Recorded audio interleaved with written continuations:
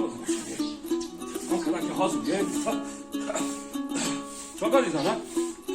این چی مردک؟ چی؟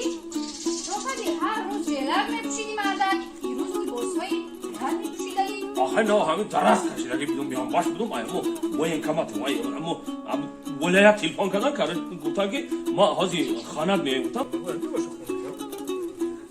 آقای خالدار بای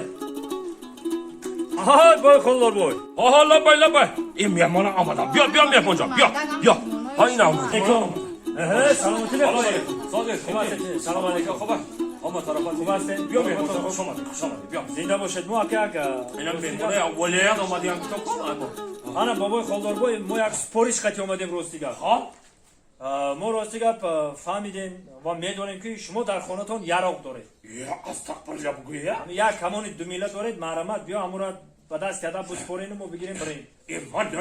ما یرق ندارم یه بابای خالدار بای تو وقت همین کاریگرا هر نوعیه و هر دیگه شهرها بودن نمیدونم ما بچه همین خطونم ما بچه هم دهه خطونم و هر وقت تاریکم و تاریکی مویش بیبی کی سرسرک شکار میبروی کو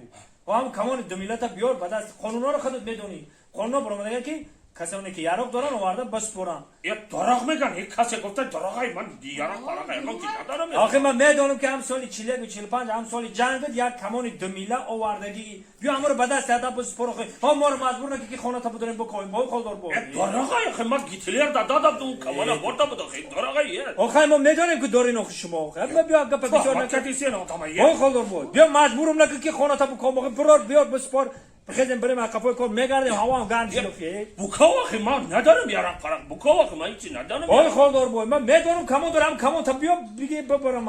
یا کمادیر جان آخه تو مرا مجبور کردی آخه من ندارم میگم مجبوری نه کام خانه تا میام مامورا با مجبور نکنی که همه خانه تا میکنیم یا بکاو آخه